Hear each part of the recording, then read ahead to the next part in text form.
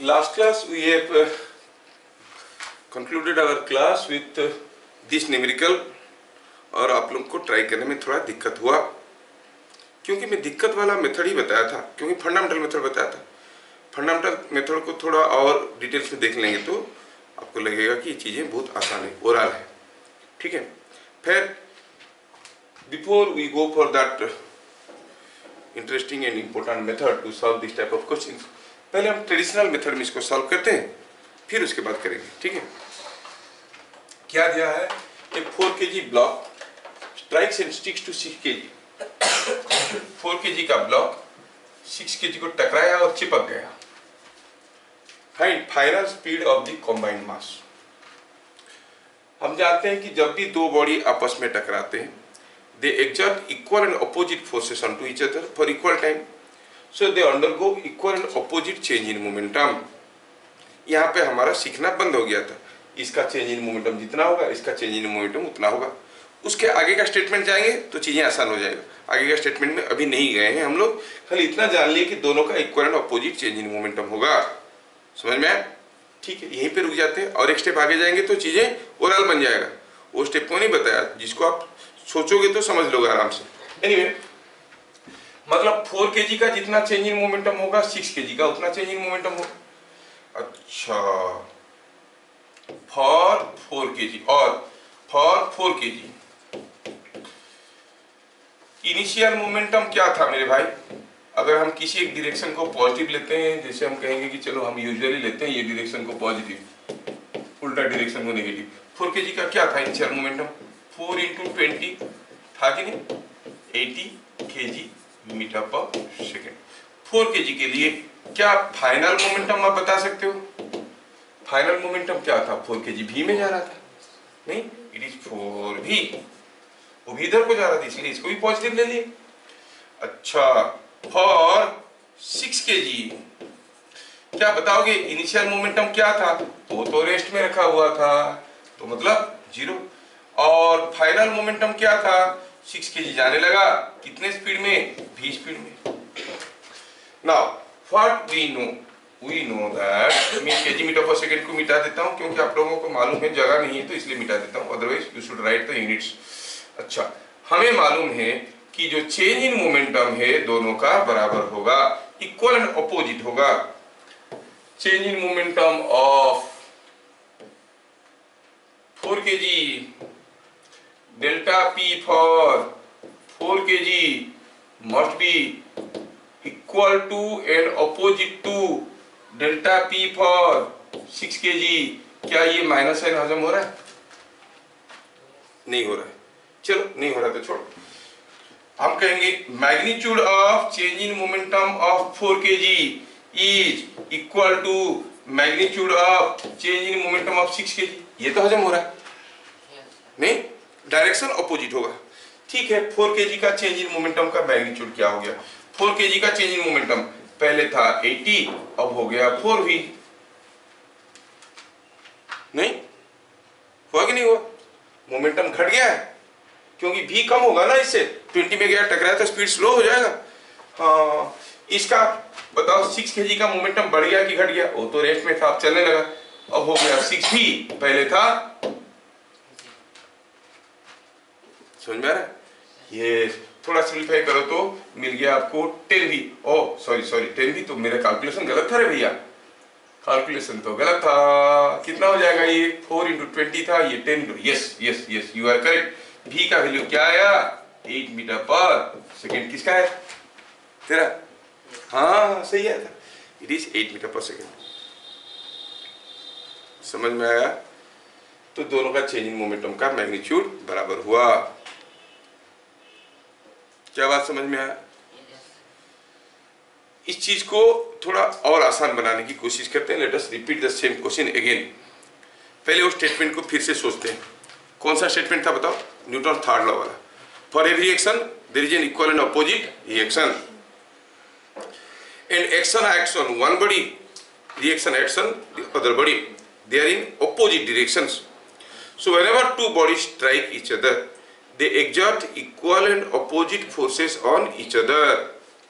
Therefore, they undergo equal and opposite change in momentum because the forces are acting for same time and change in momentum is given by force into time. समझ में आया? अब third law का little extension of third law क्या कहता है? जब दो बॉडी आपस में टकराए तो इस बॉडी के ऊपर ये कुछ फोर्स दिया, ये भी उतने ही फोर्स दिया, ये जितने समय के लिए उतने समय के लिए दिया। क्या दोनों के ऊपर बराबर फोर्स आ रहे हैं? हाँ आ रहे हैं भाई, मैग्नीट्यूड बराबर है, डायरेक्शन तो अपोजिट है। तो जब कोई बॉडी के ऊपर कोई फोर्स आता है उसका चेंज इन मोमेंटम होता है इस डायरेक्शन में, in the direction of force applied. इसका चेंज इन मोमेंटम किस डायरेक्शन में होगा?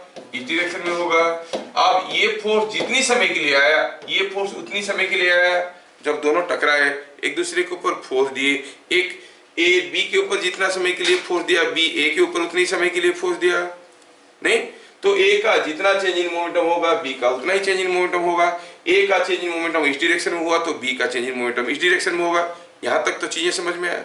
अच्छा बताओ, इसका मोमेंटम बदल गया, इसका मोमेंटम बदल गया, ये पूरा सिस्टम का मोमेंटम कितना बदल गया? इसका चेंज इन मोमेंटम प्लस इसका चेंज इन मोमेंटम, इसका चेंज इन मोमेंटम इधर को है, इसका चेंज इन मोमेंटम इधर को है, तो दोनों को मिला के कितना चेंज इन मोमेंटम हुआ? जीरो। समझ में आ रहा है क्या? तो total change in momentum is zero. ये कंसेप्ट देखो कैसे काम कर जाएगा। चलो देखते हैं क्या लिखेंगे। As action and reaction are equal and opposite,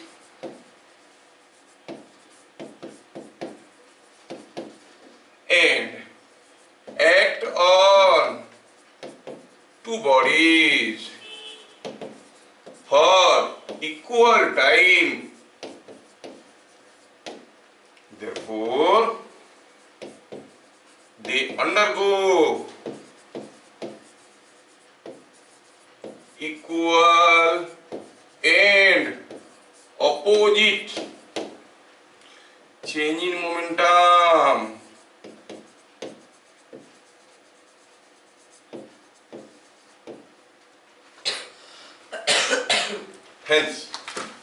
Hence, total change in momentum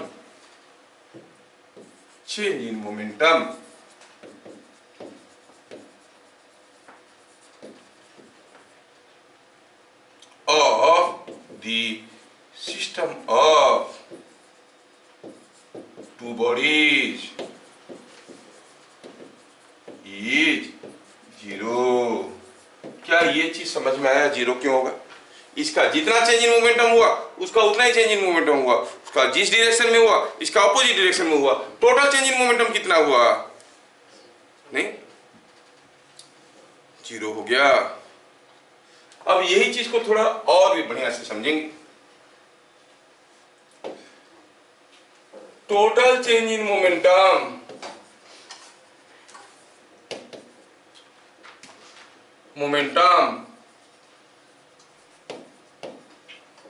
is equal to zero, मतलब total final momentum minus total initial momentum is equal to zero.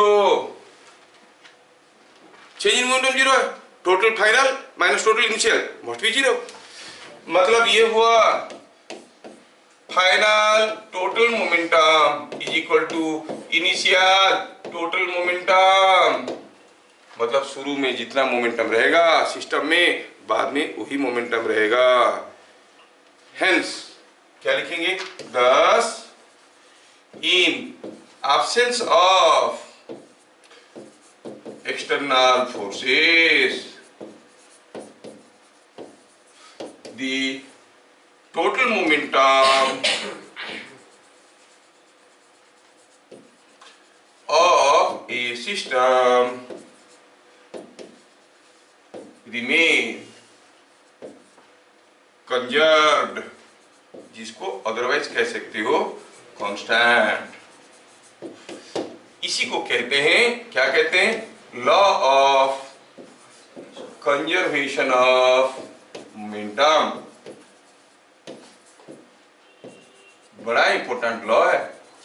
देखो आप देखोगे अक्सर सारे लॉ के पीछे किसी ना किसी साइंटिस्ट का नाम है, नहीं? न्यूटन्स लॉ, कूलम्ब्स लॉ, ऐसे करके ओम्स लॉ, बहुत सारा लॉ है और सबके पीछे किसी ना किसी का नाम है। इसके पीछे किसी का नाम नहीं है। क्यों नहीं है? क्योंकि ये थर्ड लॉ से आसानी से समझ में आ रहा है। न्यूटन की 3 लॉ को अगर बढ़िया से समझो तो यही निकल के आ रहा है। समझ में आ रहा है? इसलिए law of conservation of momentum कौन लिखा है, कौन लिखा है नहीं, बाकी लॉ से ये समझ में आ जाता है। If you analyse all the 3 laws of Newton, automatically this law is a product of that. समझ में आया? समझ में तो आ गया, लेकिन समझ में ये आना जरूरी है कि जब भी आपस में कुछ बॉडीज टकरा रहे हैं, मान लो कि यहाँ पे कोई एक बॉल है, वो इधर जा रहा है, यहाँ पर कोई एक बॉल था, इधर आ रहा था, यहाँ से कोई एक बॉल ऐसे जा रहा था। अब क्या हुआ, ये तीनों आपस में टकराए, टकराने के बाद पहला वाला बॉल का वेलोसिटी कुछ ऐसा हो गया, क्योंकि कैसे मारा उसके ऊपर डिपेंड करता है। दूसरे वाले का कुछ ऐसे हो गया और तीसरा वाला का सपोज कुछ ऐसा हो गया। अब कहोगे यहाँ पर टोटल इनिशियल मोमेंटम जितना था, यहाँ पर टोटल फाइनल मोमेंटम उतना ही होगा by magnitude as well as direction. क्या मेरी बात समझ में आया? Total momentum remains conserved, total momentum remains conserved. समझ में आया? समझ में आया? 2-4 बॉडी आपस में टकराए तो ये सिस्टम का टोटल मोमेंटम जो था टकराव होने के बाद भी उतना ही रहेगा। Initial total momentum is equal final total momentum. This is what is called law of conservation of momentum. क्या मेरी बात समझ में आया? है ना? चलिए अभी वो पुराने वाले क्वेश्चन को करते हैं। कौन सा पुराना वाला क्वेश्चन? ये वाला क्वेश्चन को देखते हैं। कौन सा वाला था? ये कुछ था, ये नहीं, ये नहीं था। कौन सा था? ये वाला क्वेश्चन का बात चल रहा था। Now I want to find out the final velocity. I want to repeat this question. I want to repeat this question.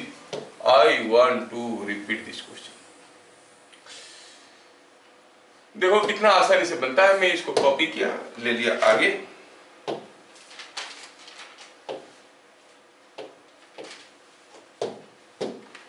I want to repeat this question. 4 kg 20 metre per second में गया, टकराया 6 kg के साथ और दोनों चिपक गए। क्या बोले? कोई अगर एक्सटर्नल फोर्स नहीं आएगा तो, मतलब अगर मान लो कि ये फ्लोर रफ है तो फ्रिक्शन आ जाएगा। फ्लोर मस्ट बी स्मूथ, ये स्मूथ होना जरूरी है। ओहो, ये स्मूथ होना जरूरी है, सॉरी, ये स्मूथ होना जरूरी है। तो कोई एक्सटर्नल फोर्स नहीं है, ठीक है। Now as no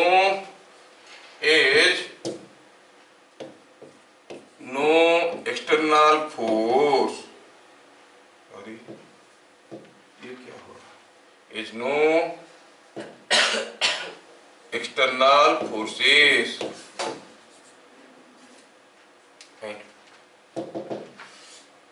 just a minute. As no external forces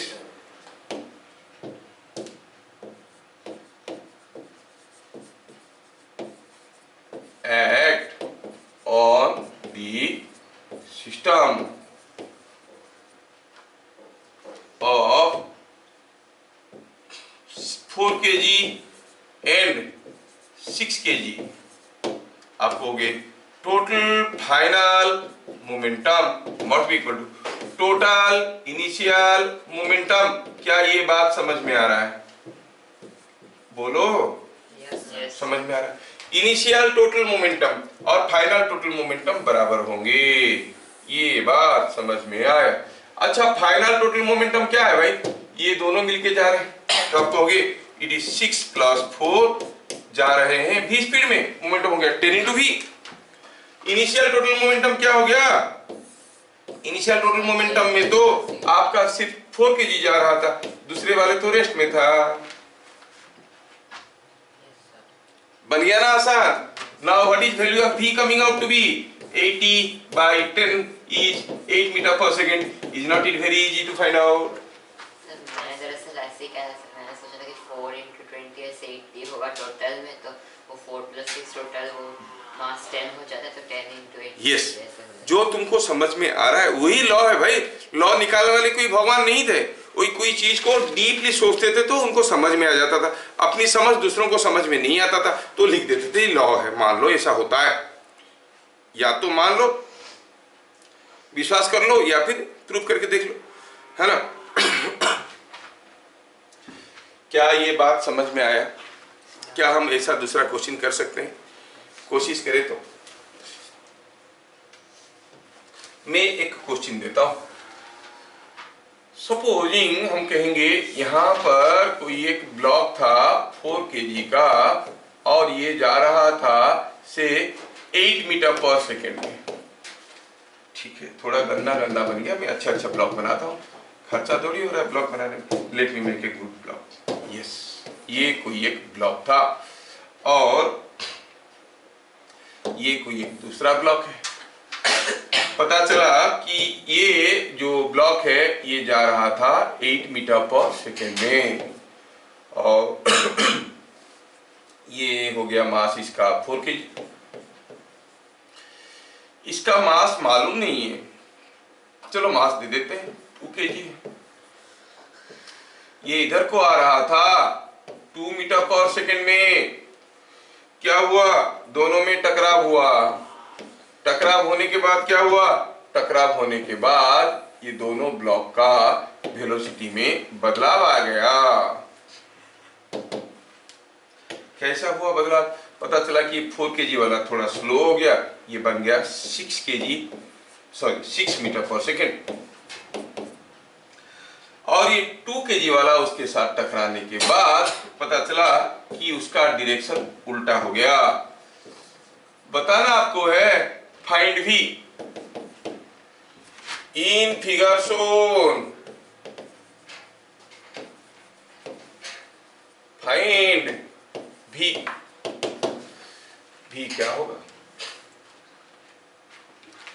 if I consider the 2 blocks as a system, जब दोनों के बीच में मारपीट हुआ, जो भी फोर्स आया वो एक्सटर्नल फोर्स था कि इंटरनल फोर्स था?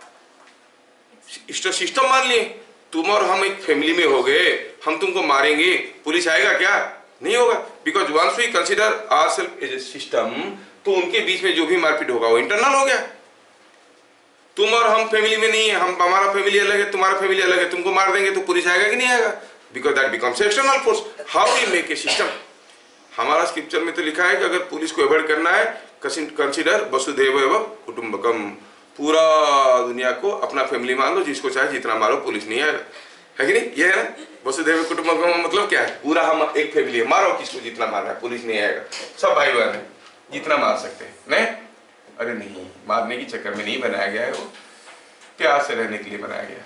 एनीवे, तो हुआ यूं। आंसर 2 आया? मुझे तो विश्वास नहीं हो रहा है। देखते हैं 2 है क्या। ठीक है, solution. Yes, considering the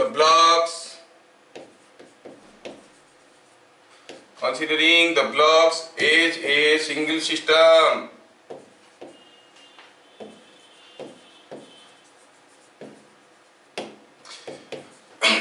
the interactive force between them is an internal force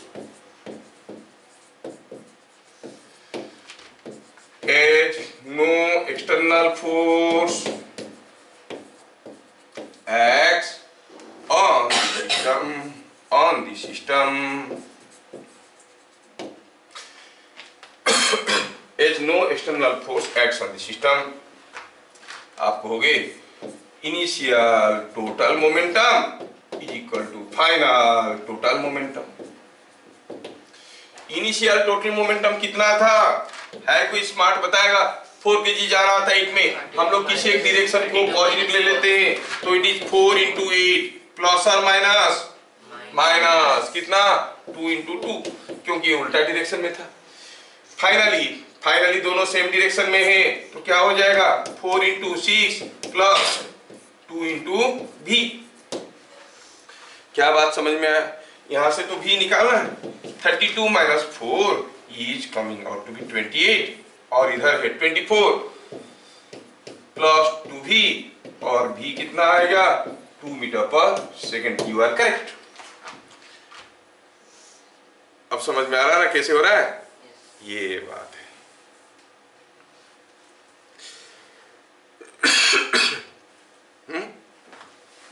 अच्छा, ये बात है। दूसरा क्वेश्चन देता हूं।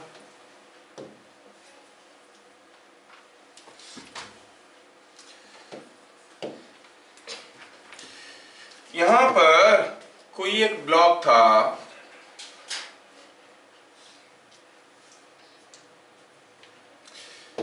और यहां पर कोई एक दूसरा ब्लॉक था। Let me take a different block here. दोनों में टकराव हुआ। टकराव होने के बाद क्या हुआ बताते हैं, बट उससे पहले थोड़ा सा रुक जाइए, मैं फिगर बनाता हूं। हुआ यूं कि ये वाला ब्लॉक इधर जा रहा था 6 मीटर पर सेकेंड में, इसका मास था m, जो कि इधर आ रहा था 2 मीटर पर सेकेंड में, और ये था 10 kg। ठीक है, पता चला दोनों के बीच में टकराव होने के बाद पता चला ये इधर जाने लगा 2 मीटर पर सेकेंड में, और ये इधर जाने लगा 10 मीटर पर सेकेंड में। जगह बदल गया भैया। देखो ये है 10 kg और ये है m, जो कितना है मालूम नहीं है। ऐसा कब हुआ? दोनों टकराने के बाद। After they strike each other things happen like this. In figure shown find m।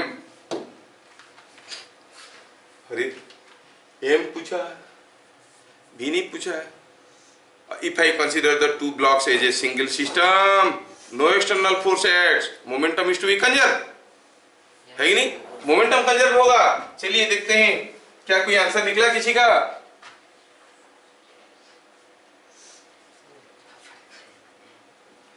Answer नहीं निकला है। चलिए कोशिश करते हैं। अब और डिटेल्स में नहीं लिखेंगे कि considering them as a single system they exert equal and opposite forces on each other, ये सब कहानी और नहीं लिखेंगे, हम लोग बड़े हो चुके हैं। अब सीधे लिखेंगे initial total momentum must be equal to final total momentum, है कि नहीं? ठीक है भाई। तो इनिशियल टोटल मोमेंटम क्या था? 10 into 6 minus 2 into m, है कि नहीं? फाइनल टोटल मोमेंटम क्या है? 10 into m, क्योंकि इधर को है ना, माइनस 2 into 10। थोड़ा फिगर को देखो तो पता चल जाएगा। m कितना है? 10 मीटर पर सेकेंड। सॉरी m का वैल्यू पूछा था। m कितना है? m is 10 kg। 6 to 20 kg हो गया? So m is coming out to be 10 kg।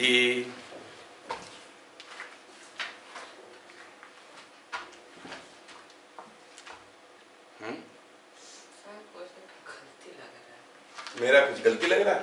10 into 6 minus 2 into m is equal to 2m को इधर ले आओ, 12m हो जाएगा। ये है 60 और ये 20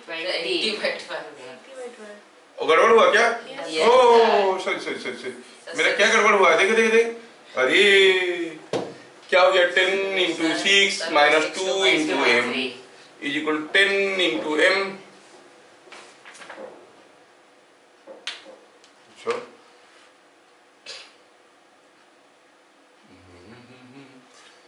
तो ये हो गया 2 इंटू 10 को माइनस कर दिए, 2 इंटू 10, अच्छा तो कितना हो गया, ये हिसाब करो तो, ये 2m इधर आया, हो गया 12m, नहीं चलो लिखते हैं 12m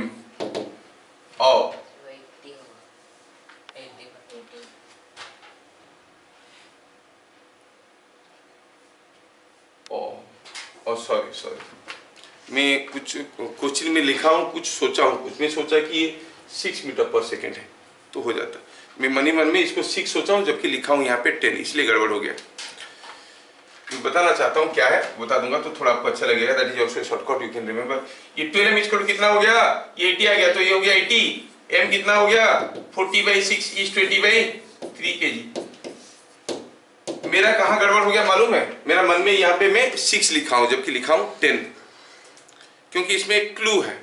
क्लू क्या है मैं बताता हूँ। अगर मैं क्लू ये है कि अगर हम कहेंगे कि ये एक छोटा सा मास है, ये एक दूसरा मास है, और मान लो कि ये 4 kg है और ये इधर जा रहा है 6 मीटर पर सेकेंड में, ये इधर आ रहा है कुछ भी वेलोसिटी आपकी मर्जी बोल दो 5 मीटर पर सेकेंड में, मास इसका m है, टकराव हुआ, टकराव होने के बाद अगर ये वाला जो मास था इसका वेलोसिटी को ये ले लिया 5 मीटर पर सेकेंड हो गया, तो ये जो दूसरा मास था उसका वेलोसिटी को ये ले लिया 6 मीटर पर सेकेंड हो गया, मतलब they have interchanged there velocity, तो m क्या होगा, m विल बी इक्वल। ये है एक क्लू, मैं गलती लिख दिया था इसलिए गड़बड़ हुआ था। If the masses interchange their velocity, इसका वेलोसिटी ये ले लिया, इसका वेलोसिटी ये ले लिया, तो दोनों मास बराबर होंगे, तो लिखते वक्त मैं गड़बड़ लिख दिया था यहाँ पर थोड़ा सा, अभी समझ में आया। और now you find the value of m, find m, नहीं अब तो बता तो दिए, निकाल के देखो आ रहा है कि नहीं आ रहा, निकाल के देखो, find m। So when masses are equal, they will interchange their velocity. If the velocities are interchanged, masses are equal. ऐसे सोचो, है ना। तो निकालो m का वैल्यू, आपको होगी p initial total equal to p final total. Initially था 4 into 6 minus 5 into m, final क्या था m into 6 minus 5 into 4, m निकालो 4 kg आया। तो कंक्लूजन को याद रखो, if after collision the blocks interchange there velocity, इसका वेलोसिटी ओ ले लिया, उसका वेलोसिटी ये ले लिया, तो masses are equal, but the converse is not true, converse is not true। मतलब अगर मासेस इक्वल है, टकराने के बाद इसका वेलोसिटी ये ले लेगा, उसका वेलोसिटी ये ले लेगा, कोई जरूरी नहीं है, क्योंकि बहुत टाइप की सबकी कोलिजन है। क्योंकि यहाँ पर मैं मेंशन कर दिया कि ये 5 मीटर पर सेकंड है, मेरे को कैसे पता चला टकराने के बाद, है कि नहीं। So if the velocities are interchange, masses must be equal, ये आपको याद रखना है। अगला डिफिकल्ट क्वेश्चन, ए बम, देखा gravity pulls everything down, a bomb of 6 kg was sliding on a smooth floor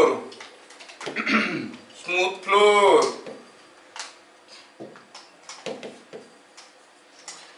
with 4 meter per second. It explodes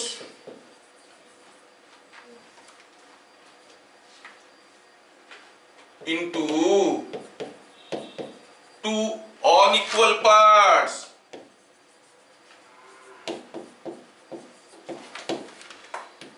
A 5 kg part moves backward with bomb explode कर गया 3 metre पर second. Find velocity of rest 1 kg। क्या बात समझ में आया? बम फेंक दिए, जा रहा था, फट गया। फट गया तो एक 5 kg वाला टुकड़ा उल्टा आने लगा, क्या स्पीड में, 3 मीटर पर सेकेंड में।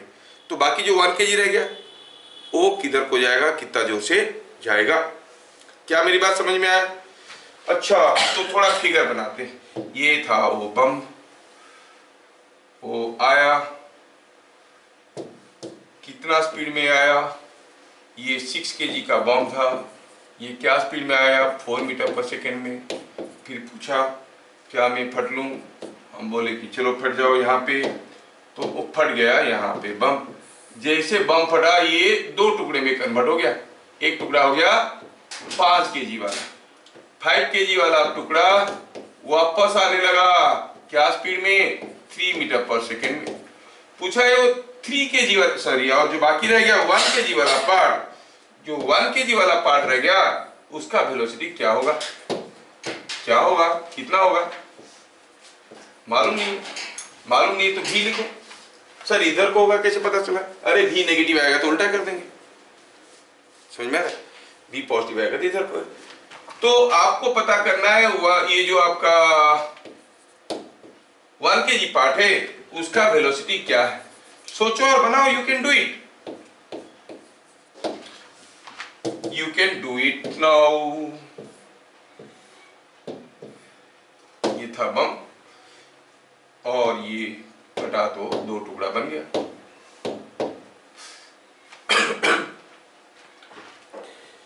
तो जब बम फटा क्या बाहर से कोई फोर्स आया, वो तो इंटरनल फोर्स था, तो मोमेंटम कंजर्व रहेगा। Initial momentum must be equal to final momentum, नहीं, no external force acts, no external force acts on system. तो आप कहोगे initial total momentum is equal to final total momentum. Initial total momentum कितना था, 6 into 4, finally इसका 5 into 3, इसका 1 into v, 1 minus other करेंगे। बताओ 5 into 3 माइनस 1 into v करेंगे कि 1 into v माइनस 5 into 3 करेंगे, क्योंकि ये मोमेंटम इधर को था ना, हमें देखना है इधर को क्या मोमेंटम है, मोमेंटम इधर को ही रहेगा। इधर को कितना है, इसका है 1 into v, और इसका इधर को कितना है, नहीं है, उल्टा है, it is 5 into 3 minus 5 into 3। क्या v का वैल्यू मिला, 24 प्लस 15 कितना हो गया, 39। So 1 kg will move with very high speed, 39 metre पर सेकेंड। क्या मेरी बात समझ में आ रहा है? क्या आप लोग कभी एक्सपीरियंस किए हो, जब राइफलमैन गोली मारता है, ब्रूट करके मारता है तो गन उसका पीछे की तरफ मारता है। चलो निकालते कितने जोर से मारेगा, let us. A gun of mass 5 kg, वजन का कम होता है, बड़ा बड़ा गन होता है, fires a bullet of mass 200 ग्राम, तोप था वो, ठीक है, with a speed of 40 meter पर second. Find recoiling speed of gun।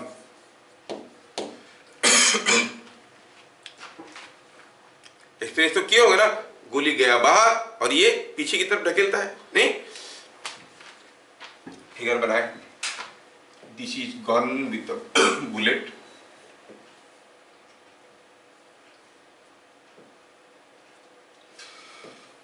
सब कुछ रेस्ट में था, ठीक है।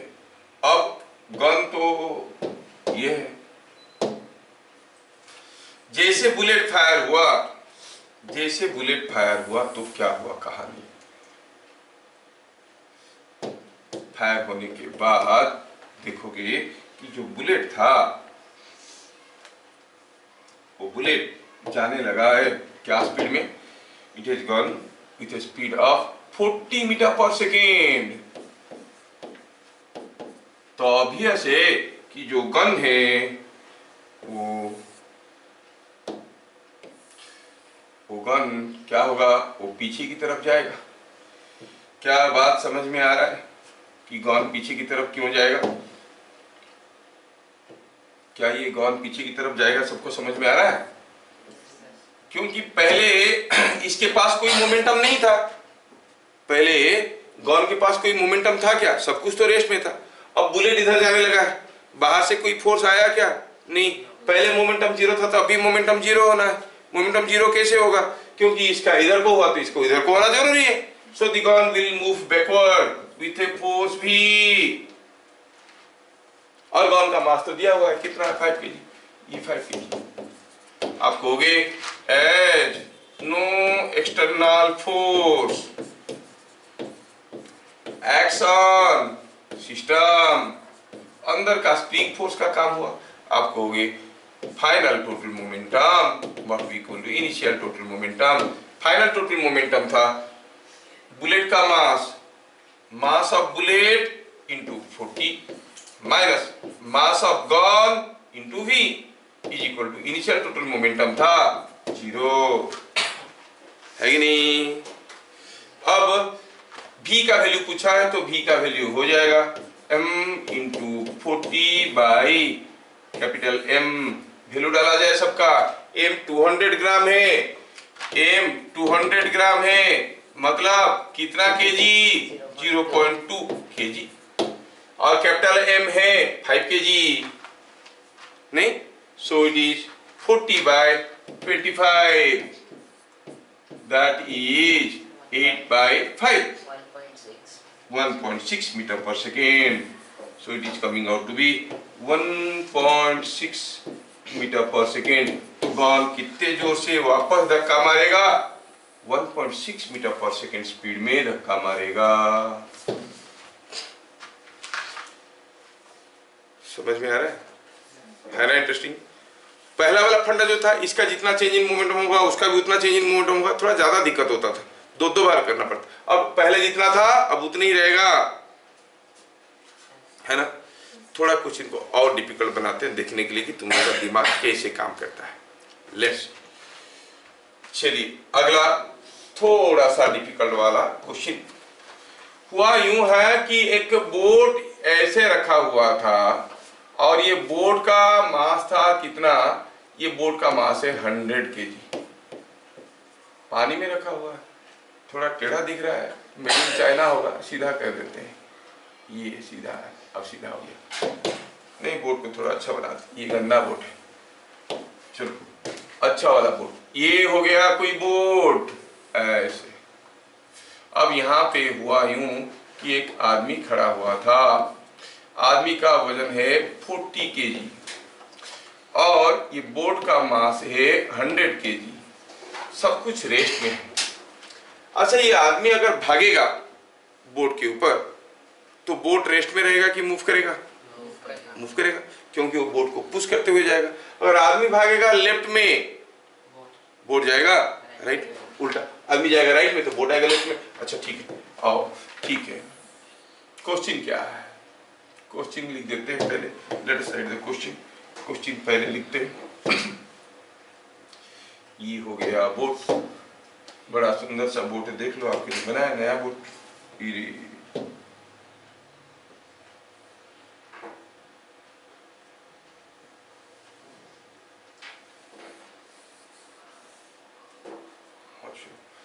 ये हो गया बोट आपका,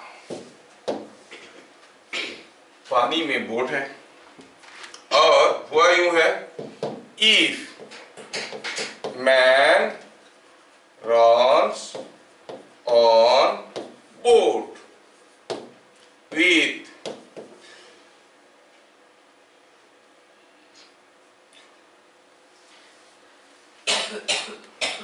7 meter per second, find velocity of boat।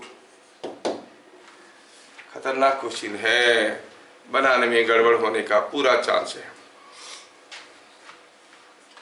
बनाने में गड़बड़ होने का पूरा चांस है। चलो देखते हैं। ये थोड़ा इसको पूछा है फाइंड वेलोसिटी ऑफ बोट। चलिए सोचते हैं, आदमी ने भागा बोट के ऊपर, किधर भागा होगा, राइट को कि लेफ्ट को? लेफ्ट को जगह कहाँ है, गिर जाएगा, राइट को ही भागेगा, है नहीं? अच्छा चलो ठीक है, ये आदमी राइट को भागने लगा।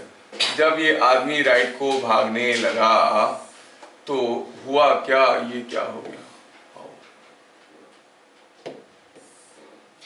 अब देखो ये आदमी इधर भाग रहा है, इधर को भाग रहा है, चलो मानते हैं 7 मीटर पर सेकेंड। तो बोट किधर को भागेगा, इधर को, v स्पीड में। अच्छा ये सिस्टम में पहले कोई मोमेंटम था क्या? नहीं था, अभी मोमेंटम नहीं होना चाहिए। इसका मतलब अगर ये सिचुएशन से ये सिचुएशन आया है तो आप कहोगे p इनिशियल माइनस और equal to p final. Initially क्या मोमेंटम था? 0। आप ऐसे लिखो तो और बढ़िया रहेगा, p final is equal to p initial. Initially जितना मोमेंटम था फाइनली उतना ही मोमेंटम होगा। फाइनली क्या मोमेंटम था निकालेंगे, इनिशियली क्या मोमेंटम था? 0। एक चीज तो मालूम है, फाइनल मोमेंटम के लिए थोड़ा ध्यान से देखना है, यहां पर गड़बड़ होने का चांस है, ध्यान से देखो। फाइनल मोमेंटम में आदमी का मोमेंटम और बोट का मोमेंटम दोनों देखेंगे।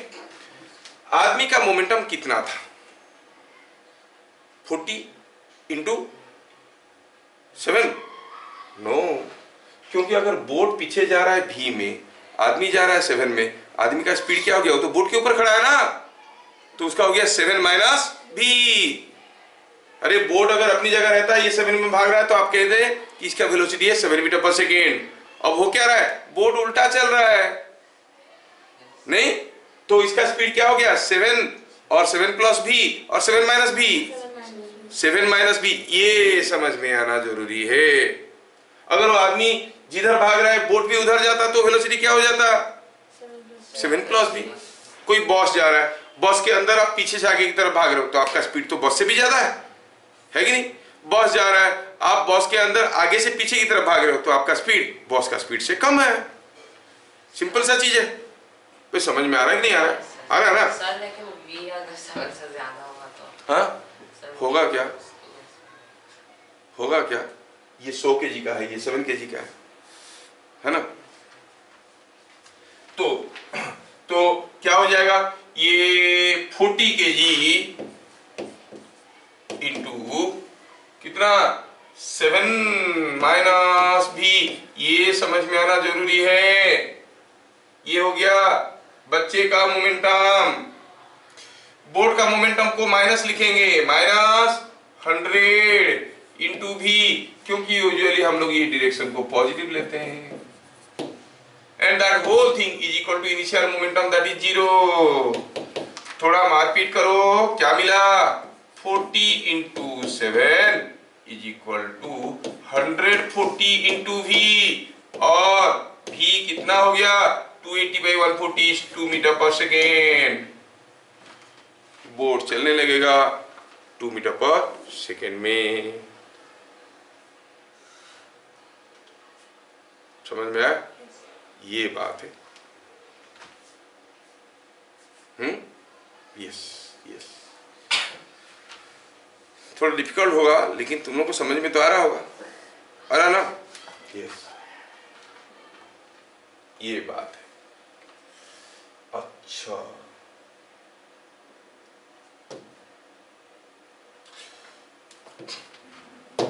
Let us have this question. थोड़ा सा कॉम्प्लिकेटेड है लेकिन आप लोग भी तो बाहुबली टाइप के हो, कर लोगे। ये एक मास है, ये दूसरा है और ये तीसरा है। 3 मास चल रहे हैं। कोई आ रहा है इधर 1 मीटर पर सेकेंड में, ये आ रहा है इधर 6 मीटर पर सेकेंड में, ये आ रहा है इधर 5 मीटर पर सेकेंड में। तीनों मास बराबर है।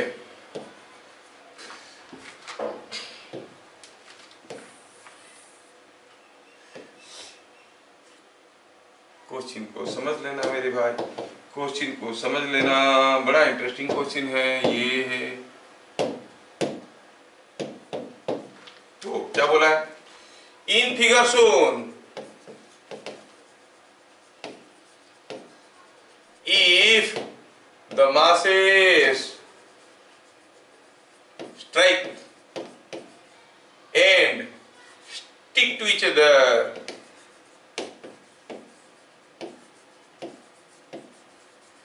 find what will be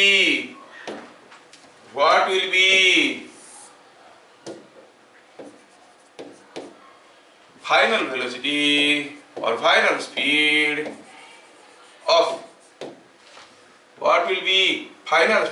of combined mass.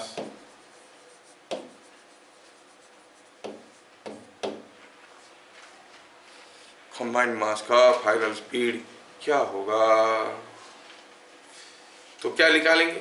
3 मास वाला सिस्टम है, अगर पूरे को सिस्टम मान लेते हैं, चलो हम एक फैमिली है, तो जो भी मारपीट हुआ सब इंटरनल हो गया, बाहर से कोई फोर्स नहीं आया, मतलब पूरा फैमिली का, पूरा सिस्टम का मोमेंटम टकराने से पहले और टकराने के बाद बराबर रहेगा P initial must be equal to P final. समझ में आ रहा है? तो कहेंगे सॉल्यूशन में पढ़ो आप लोग, बताओ P इनिशियल, और चाहो तो ऐसे लिख सकते हो,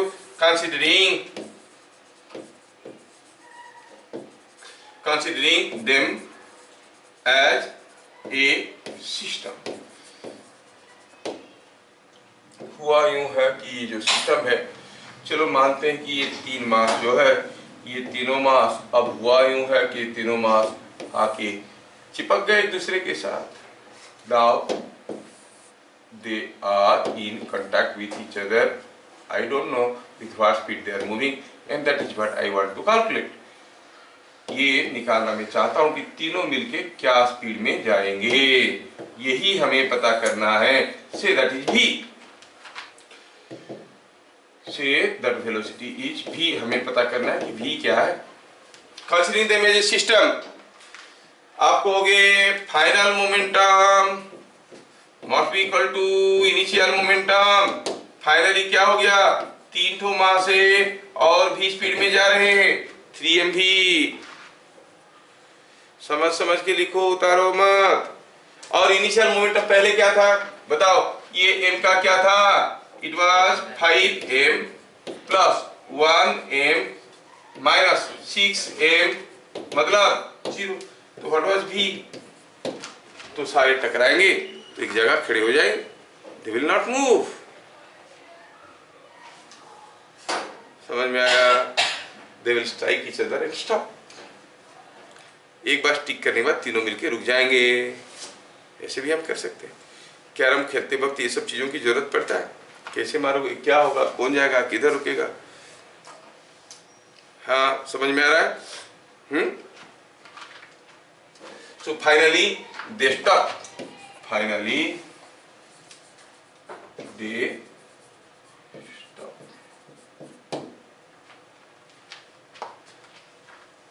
समझ में आया? ऐसा क्वेश्चंस कर सकते हो अभी देने से, चेंज इन मोमेंटम वाला। अब न्यूटन थर्ड लॉ समझ में आया? अब थर्ड लॉ तो सिर्फ इतना बताता है कि for a reaction there is an equal and opposite reaction. उसको थोड़ा और सेकंड लॉ का तड़का लगाए। फोर्स आ रहा है तो चेंज इन मोमेंटम होगा, इक्वल और अपोजिट फोर्स आ रहा है इक्वल टाइम के लिए तो equal and opposite change in momentum होगा। नहीं, उस तड़के लगाने के बाद थोड़ा उसको गार्निश किए, इसका मतलब टोटल चेंज इन मोमेंटम 0 होगा, है कि नहीं? हाँ, तो टोटल चेंज इन मोमेंटम 0 होगा, मतलब जब तक एक्सटर्नल फोर्स नहीं आया टोटल चेंज इन मोमेंटम 0 होगा। मतलब चल रहा था तो चलते रहेगा, रुका हुआ था तो रुके रहेगा। कौन? Centre of mass. याद है फर्स्ट लॉ के बारे में बात किए थे? हाँ, तो इस केस में सेंटर ऑफ मास का वेलोसिटी क्या था? 0। टकराने के बाद 0। सेंटर ऑफ मास जितना वेलोसिटी में जा रहा है उतनी वेलोसिटी में जाएगा। तीनों लॉ को मिला के चर्न किए तो क्या मिला? Law of conservation of momentum. समझे? सब एक दूसरे के जुड़े हुए हैं। फिजिक्स है भाई, कोई इंडिपेंडेंटली कोई लॉ थोड़ी खड़ा होता है, सब एक दूसरे के साथ रिलेटेड है। क्या मैथमेटिक्स में ऐसा कोई चैप्टर है जो किसी भी दूसरे चैप्टर के साथ रिलेटेड नहीं है? सबका एक दूसरे के साथ रिलेशन है। एडिशन, सब्ट्रैक्शन, मल्टीप्लिकेशन, डिवीजन, ये सब तो आपस में रिलेटेड है। नहीं, addition can be interpreted as multiplication also. Yes, तो चीजें कुछ ऐसा हुआ। Law of conservation of momentum. क्या सुचिस्मिता को ये चीज समझ में आए? यस। अच्छा, अब मैं आपको एक धमाकेदार क्वेश्चन पूछता हूं, आप उसका आंसर सोच के मुझे बताना, ठीक है? थोड़ा तो कुछ डिफिकल्ट होना चाहिए। सोचो कि ये कोई एक एरोप्लेन है, बम्बर प्लेन है, और ये बम्बर प्लेन क्या किया, एक बम लेके जा रहा था v स्पीड में। ये प्लेन जा रहा था v स्पीड में। ये प्लेन का मास m है, ये m है। फिर हुआ यूं कि ये प्लेन अपना जो बम लेके जा रहा था उसको गिराया। अच्छा, ये बम को गिरा दिया, तो सिचुएशन इसमें से इसमें आया। कहने का मतलब ये है कि पहले ये जा रहा था v1 स्पीड में, अब बम को गिरा दिया है, ये थ्रेड कट गया है। Now the thread does not exist. Bomb अभी गिरने वाला है और अब ये जा रहा है v2 वेलोसिटी में। बम गिरेगा कि नहीं गिरेगा? कैसे गिरेगा? सीधा गिरेगा, कैसे फेंका हुआ गिरेगा? फेंका हुआ गिरेगा। तो बम भी कुछ ऐसा गिरने लगा। क्वेश्चन क्या पूछा है? व्हाट इज मोर, v1 और v2? सोच के बताओ, सोच के बताओ भैया। ये नेवी वाला था, नहीं, ये हमारा एयरफोर्स का गन है, प्लेन है, तो इसको थोड़ा अवॉइड कर देते हैं। चलो अभी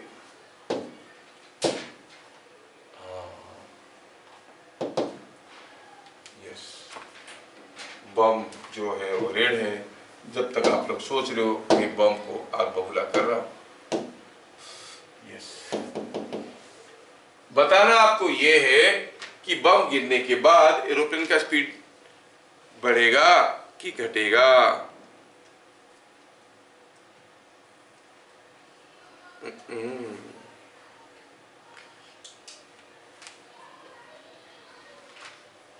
सोचो सोचो।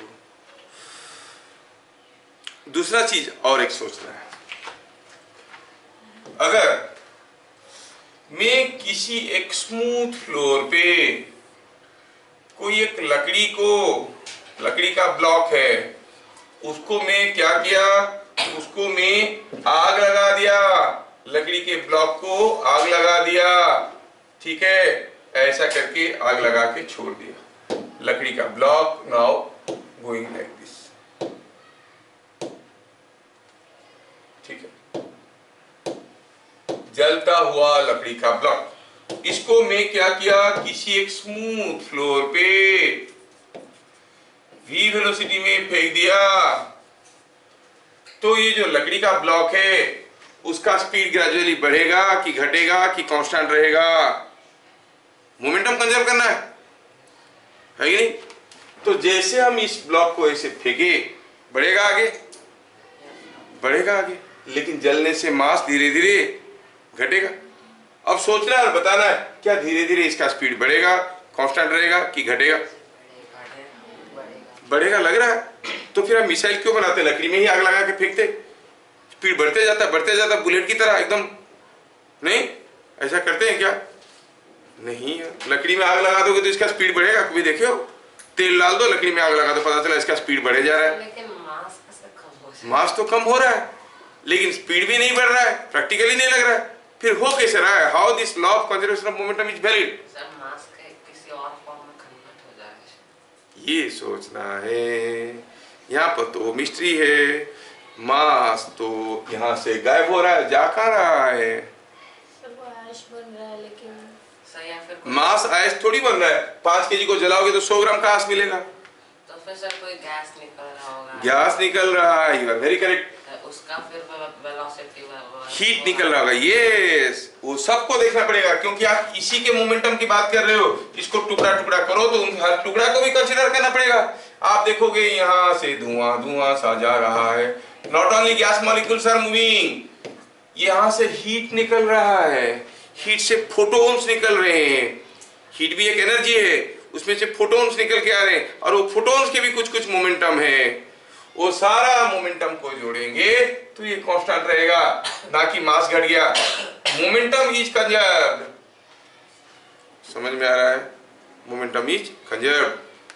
हाँ, तो पहला वाला केस में बताओ, what will happen to the speed of the aeroplane? बढ़ेगा, घटेगा, कांस्टेंट रहेगा? सोचो सोचो।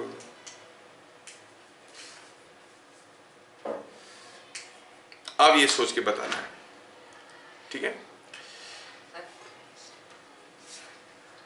Wish you all happy Deepavali. फिर मिलेंगे हम लोग अगले क्लास, और तब तक के लिए जय हिंद।